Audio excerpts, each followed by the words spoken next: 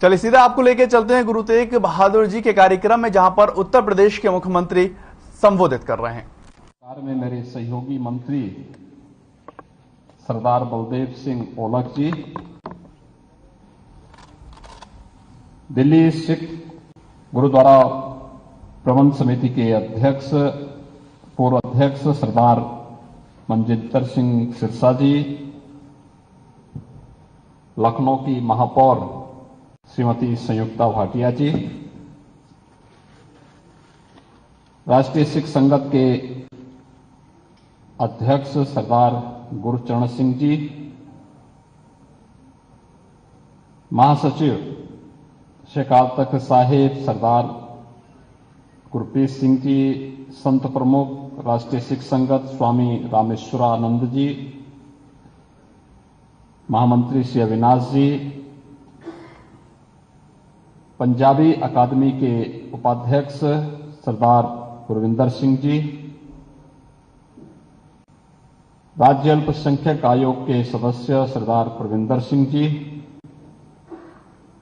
आज के इस कार्यक्रम में उपस्थित सभी भाइयों बहनों, मैं सबसे पहले आप सबको इस राजभवन में महामहिम राज्यपाल जी के सानिध्य में हम सबको गुरु तेग बहादुर जी महाराज की 401वीं इस महान प्रकाश पर्व के आयोजन में भागीदार होने का सौभाग्य प्राप्त हो रहा है। मैं इसके लिए आप सबको बधाई देता हूं, पूरे प्रदेशवासियों को बधाई देता हूं और महामहिम राज्यपाल जी को हृदय से आभार व्यक्त करते हुए पंजाबी अकादमी को इसके लिए हृदय से धन्यवाद देता हूं कि उन्होंने एक कार्यक्रम राजभवन के इस प्रांगण में किया है। भाइयों बहनों, हम सब जानते हैं कि विगत वर्ष आदरणीय प्रधानमंत्री जी ने बाल दिवस की घोषणा की और यह बाल दिवस भारत के इतिहास के उन स्वर्णिम क्षणों की ओर हम सबका ध्यान आकर्षित करता है, जिसने काल की क्रूरता को भी धर्म और देश की सेवा करने से कभी भी अपने मार्ग से विचलित होते हुए नहीं देखा। हम सब जानते हैं गुरु गोविंद सिंह जी महाराज के चार साहबजादे देश और धर्म के लिए अपने आप को बलिदान कर दिए, लेकिन उन्हें जो सम्मान मिलना चाहिए था, जिसका वो हकदार थे, या पहली बार हुआ जब प्रधानमंत्री मोदी जी ने बाल दिवस की घोषणा करके भारत की वर्तमान पीढ़ी को देश और धर्म के लिए किस भाव के साथ हमें कार्य करना है, इसकी एक नई प्रेरणा प्रदान की।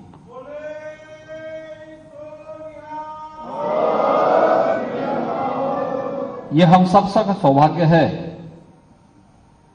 कि जब हम भारत के इतिहास का अवलोकन करते हैं,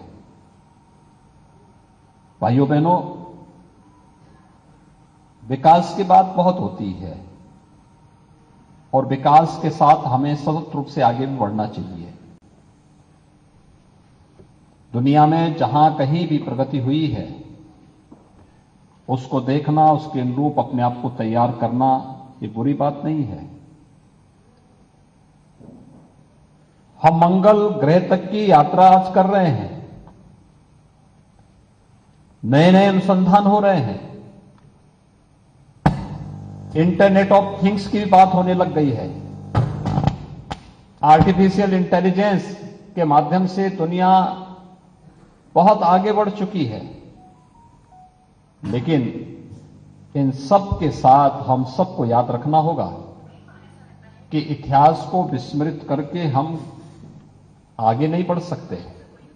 इतिहास के गौरवशाली क्षण हमें आगे बढ़ने की प्रेरणा प्रदान करते हैं, तो इतिहास की गलतियां भी हमें उसका परिमार्जन करने का एक अवसर भी प्रदान करता है। हम जब किसी कार्य को करते हैं, आज भी ये व्यवस्था है कि उसकी सोशल इंपैक्ट स्टडी कराते हैं। हम समाज अध्ययन से अपने आप को दूर नहीं कर सकते। कहीं किसी भू विशेष का, क्षेत्र विशेष का ज्योग्राफिकल मैपिंग करनी हो तो वही कर पाएगा जिसने भूगोल का अध्ययन किया हो, ज्योग्राफी का अध्ययन किया हो। हम उससे अपने आप को अलग कैसे कर सकते हैं? आपने यहां पर अभी कीर्तन सुन रहे थे, ये सभी तो हमें भक्ति की धारा के साथ जोड़ने का एक अभिनव प्रयास है, जो हमें भक्ति के माध्यम से हमारे अतीत के साथ जोड़ता है, तो हमारी भारी कार्य योजना को बनाने के लिए भी प्रेरित करता है। ये सभी चीजें जब एक साथ जुड़ेंगी, आगे बढ़ेंगी, तब देश और समाज प्रगति के पथ पर अग्रसर होकर के अपनी भावी योजना को भी बढ़ाता है।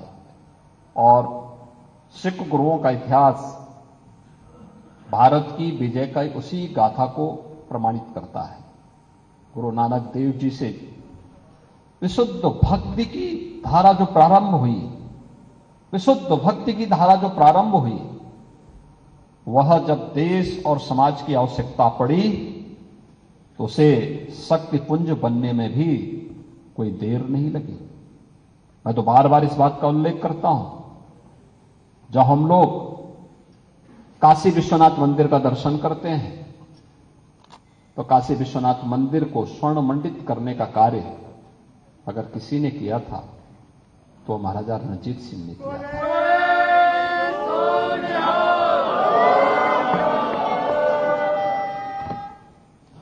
एक वह धारा थी जो विखंडन करने की थी, जिसने काशी विश्वनाथ मंदिर को तोड़ा था, और एक वह धारा थी जिसने काशी विश्वनाथ मंदिर को स्वर्ण मंडित करके भारत के इतिहास को स्वर्णाक्षरों में लिखने के लिए आने वाली पीढ़ी के सामने बहुत कुछ कहा है।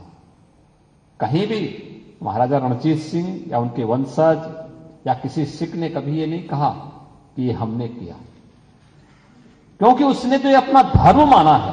और जब व्यक्ति किसी कार्य को धर्म मानता है तो उसके लिए दावा नहीं करता है, दावेदारी उसकी नहीं होती है, वो तो एक कर्तव्य मान करके उस पथ पर आगे बढ़ पड़ता है। ऐसे ही जब हम कश्मीर की बात करते हैं, गुरु तेग बहादुर जी का बलिदान किसके लिए था? कश्मीरी पंडितों के लिए था, देश के लिए था, धर्म के लिए था। और उन्होंने कहा उस समय भी, औरंगजेब को चेतावनी दी थी, और चेतावनी इस बात की दी थी कि भाई अगर गुरु तेग बहादुर को, हमारे गुरु को तुम इस्लाम स्वीकार करा दोगे तो हम भी स्वीकार कर लेंगे। शर्त एक ही, कहने के लिए गुरु तेग बहादुर एक व्यक्ति है, आध्यात्मिक पुंज हैं, एक गुरु के रूप में हम सबके लिए आराध्य हैं, लेकिन उन्होंने अपने देश और अपने धर्म की उन मर्यादाओं का कभी उल्लंघन नहीं किया, और देश और धर्म के लिए, कश्मीरी पंडितों को बचाने के लिए अपने आप को बलिदान कर दिया। और आज जब गुरु तेग बहादुर जी की बात आएगी, सिख गुरुओं की बात आएगी, गुरु गोविंद सिंह जी महाराज की बात आएगी, गुरु गोविंद सिंह जी महाराज के 4 साहबजादों के बलिदान की बात आएगी, तो ये सभी कार्यक्रमों के साथ जुड़ना हम सब के लिए इतिहास के उन गौरवशाली क्षणों के साथ साथ इतिहास की उन गलतियों के परिमार्जन का भी एक अवसर प्रदान करता है, जो एक साथ मिलकर के जब हम आगे बढ़ेंगे तो एक साथ मिलकर के आगे बढ़ने की परंपरा देश को विकास के पथ पर अग्रसर करके फिर एक स्वर्णिम पथ पर अग्रसर करेगी। और आज राजभवन का एक कार्यक्रम उस दिशा में एक अभिनव प्रयास है। मैं इसके लिए राज्यपाल महोदय का हृदय से आभार व्यक्त करता हूं कि उन्होंने बड़ी सहृदयता के साथ पंजाबी अकादमी के इस प्रस्ताव को स्वीकार करते हुए आज गुरु तेग बहादुर जी महाराज की इस पवित्र 401वें प्रकाश पर्व को इस भव्यता के साथ यहां पर आयोजित करने के इस कार्यक्रम में स्वयं भी अपने व्यस्त कार्यक्रमों से इस कार्यक्रम में वे स्वयं भी उपस्थित हैं। ये मेरा सौभाग्य है कि हम लोगों को गुरु नानक देव जी के 550वें प्रकाश पर्व के आयोजन के साथ मुख्यमंत्री आवास पर एकजुट होने का अवसर प्राप्त हुआ था और उसके बाद हम लोगों ने साहबजादा दिवस पहली बार मुख्यमंत्री आवास पर आयोजित हुए थे और हम आभारी हैं आदरणीय प्रधानमंत्री जी के, जिन्होंने इस दिवस को बाल दिवस के रूप में पूरे देश के अंदर एक मान्यता दी। हमारा याह्यागंज का जो गुरुद्वारा है, गुरु तेग बहादुर जी की स्मृतियों से और गुरु गोविंद सिंह जी महाराज के बचपन की स्मृतियों से जुड़ा हुआ है। मैं स्पेशली पटना गया था, मैं पटना साहिब के दर्शन करने के लिए कि किन परिस्थितियों में उस कालखंड में भी कैसे गुरु गोविंद सिंह जी महाराज का जन्म वहां पर होता है, कैसे बचपन में उनको वहां से उनकी सवारी लखनऊ में आती है, अलग अलग स्थानों से होती हुई फिर निकलती है और आज भी स्मृति हमारे पास जुड़ी हुई है। और जब आज यहां पर हमारे श्री सिंह साहिब अकाल तख्त के जत्थेदार सरदार हरप्रीत सिंह जी यहां पर आए हैं और सिरसा जी भी हैं, मैं इन सबसे ही कहना चाहूंगा, उत्तर प्रदेश में बहुत समृद्ध परंपरा है, बहुत समृद्ध परंपरा है। गुरु नानक देव जी से लेकर के गुरु गोविंद सिंह जी महाराज और उसके उपरांत की सिख परंपरा में जो भी यहां की उस परंपरा के साथ जुड़ करके जो कार्य किया गया है वह अभूतपूर्व है, अभिनंदनीय है और इस परंपरा को छूने बनाए रखना हम सबका दायित्व बनता है। हम सब मिलकर के इस कार्यक्रम को आगे बढ़ाएंगे, इसमें कहीं किसी प्रकार का कोई संदेह नहीं होना चाहिए। मैं आज के इस अवसर पर आप सबको बधाई देता हूं। 401वें प्रकाश पर्व का आयोजन हम सब यहां पर आयोजित कर रहे हैं। बाहर बरसात पड़ रही थी और उस समय यहां पर जब गुरु ग्रंथ साहिब जी की यात्रा जब यहां पर आई, आपने देखा होगा उस समय स्वयं ही इंद्र भगवान भी कुछ देर के लिए थम गए, एकदम शांति हो गई और जब यात्रा अंदर प्रवेश कर गई तो उसके बाद फिर इंद्र भगवान ने अपना कार्य भी शुरू किया। हमारे यहां तो हमेशा किसी भी पवित्र कार्य के पहले था कि भाई कहीं किसी सरदार बलदेव सिंह ओलख को जल छिड़कने की आवश्यकता नहीं पड़ी। ईश्वर ने कहा कि चलिए हम पहले ही प्रसाद से सब ठीक कर लें। आपने देखा होगा सब कितने दिनों से हम बारिश के इंतजार कर रहे हैं, लेकिन आज ये कार्यक्रम यहां पर होना था। लखनऊ में बारिश होनी शुरू हो गई, कितनी शानदार बारिश हुई है, मौसम भी खुशनुमा हो गया और हम इस अवसर पर यहां पर इस आयोजन के साथ आयोजित कर रहे हैं। कहीं कोई भय नहीं, कहीं कोई चिंता नहीं, हर ओर उत्साह है, उमंग है। इसलिए क्योंकि ये परंपरा हमारी अपनी परंपरा है, इस परंपरा के साथ हमारी संवेदनाएं जुड़ी हुई हैं, हमारी भावनाएं जुड़ी हुई हैं। लेकिन क्या इस प्रकार के आयोजन हम ननकाना साहिब में कर पाएंगे? क्या काबुल में कर पाएंगे? क्या किसी ऐसे स्थल पर जो देश भारत से अलग हो गया, क्या उन क्षेत्रों में संभव हो पाएगा? बहुत कठिन है। और इसलिए हम सबको इस बारे में ध्यान रखना होगा कि सिख गुरुओं का जो बलिदान था वह देश और धर्म दोनों के लिए समान रूप से था और वह हमें निरंतर एक नई प्रेरणा प्रदान करता है। आज के इस अवसर पर मैं एक बार फिर से आप सबको गुरु तेग बहादुर जी महाराज की 401वीं इस पावन प्रकाश पर्व की हृदय से बधाई देते हुए आप सभी का यहां पर आए हुए हमारे अकाल तख्त के जो जत्थेदार हैं सरदार हरप्रीत सिंह जी का, सिरसा जी का हृदय से मैं उनका अभिनंदन भी करता हूं। मैं यहां पर पंजाबी अकादमी से जुड़े हुए हमारे जितने भी पदाधिकारी हैं इन सबको हृदय से धन्यवाद देता हूं और विश्वास व्यक्त करता हूं इस प्रकार के आयोजन होने चाहिए। आज इन्होंने यहां पे अपने पंजाबी अकादमी से जो कार्य इन्होंने रचनात्मक कार्य किए हैं और पंजाबी को लोक भाषा के रूप में प्रचलित करने के लिए क्या कुछ होना है, इसके बारे में भी इन्होंने कुछ प्रकाशन यहां पर किए हैं और प्रकाशन का यहां पर विमोचन और उसकी एक साइट भी महामहिम राज्यपाल जी के द्वारा यहां पर अभी आप सबके सामने लॉन्च की गई है हमें इसका अधिक से अधिक प्रचार करना चाहिए और जो सकारात्मकता है, समाज में जो भी सकारात्मकता है, उस सकारात्मकता को तेजी के साथ आगे बढ़ाने की कोशिश हम सबको करनी चाहिए। हर व्यक्ति को सीखना चाहिए। मुझे लगता है कि गुरुमुखी सीखने में किसी को भी कोई दिक्कत नहीं होनी चाहिए, क्योंकि ये तो एक पवित्र भाषा है, पवित्रता का प्रतीक है। अपने देश, अपने धर्म, अपनी भाषा, इन सब पर हमें गौरव की अनुभूति करनी चाहिए। और मैं यह कार्यक्रम उत्तर प्रदेश सूचना विभाग ने उस पुस्तिका का यहां पर प्रकाशन करके पंजाबी अकादमी को दिया है। इसका विस्तार हो और तेजी के साथ इसको हम पाठ्यक्रम के साथ जोड़ सकें, इस दिशा में हमें प्रयास करना चाहिए। आज के इस अवसर पर एक बार फिर से मैं आप सबको, यहाँ पे स्वामी हमारे निर्मल अखाड़ा के स्वामी रामेश्वरानंद जी भी आए हैं। काफी दिनों के बाद मेरी इनसे मुलाकात हो रही है, क्योंकि बीच में यद्यपि स्वयं डॉक्टर है और अच्छे प्रतिष्ठित चिकित्सक रहे हैं, बाद में संत हो गए। संत का बाना उन्होंने धारण किया, जागरण के कार्यक्रम के साथ जुड़ गए, वृहद अभियान के साथ जुड़े। पंजाब, हरियाणा, राजस्थान, हिमाचल, उन सभी क्षेत्रों में निरंतर धार्मिक जागरण के अभियान के साथ जुड़े रहते हैं। आज उनका जब मैं यहां देखा उनको, आज तो मैं स्वयं भौचक था कि मुझे लगता है कि मेरी कई वर्षों के बाद उनसे मुलाकात हो रही है। मेरी उनसे मुलाकात पंजाब, हरियाणा और राजस्थान में ही हुआ करती थी। आज वे यहां पर, वे भी इस कार्यक्रम के साथ जुड़े हैं।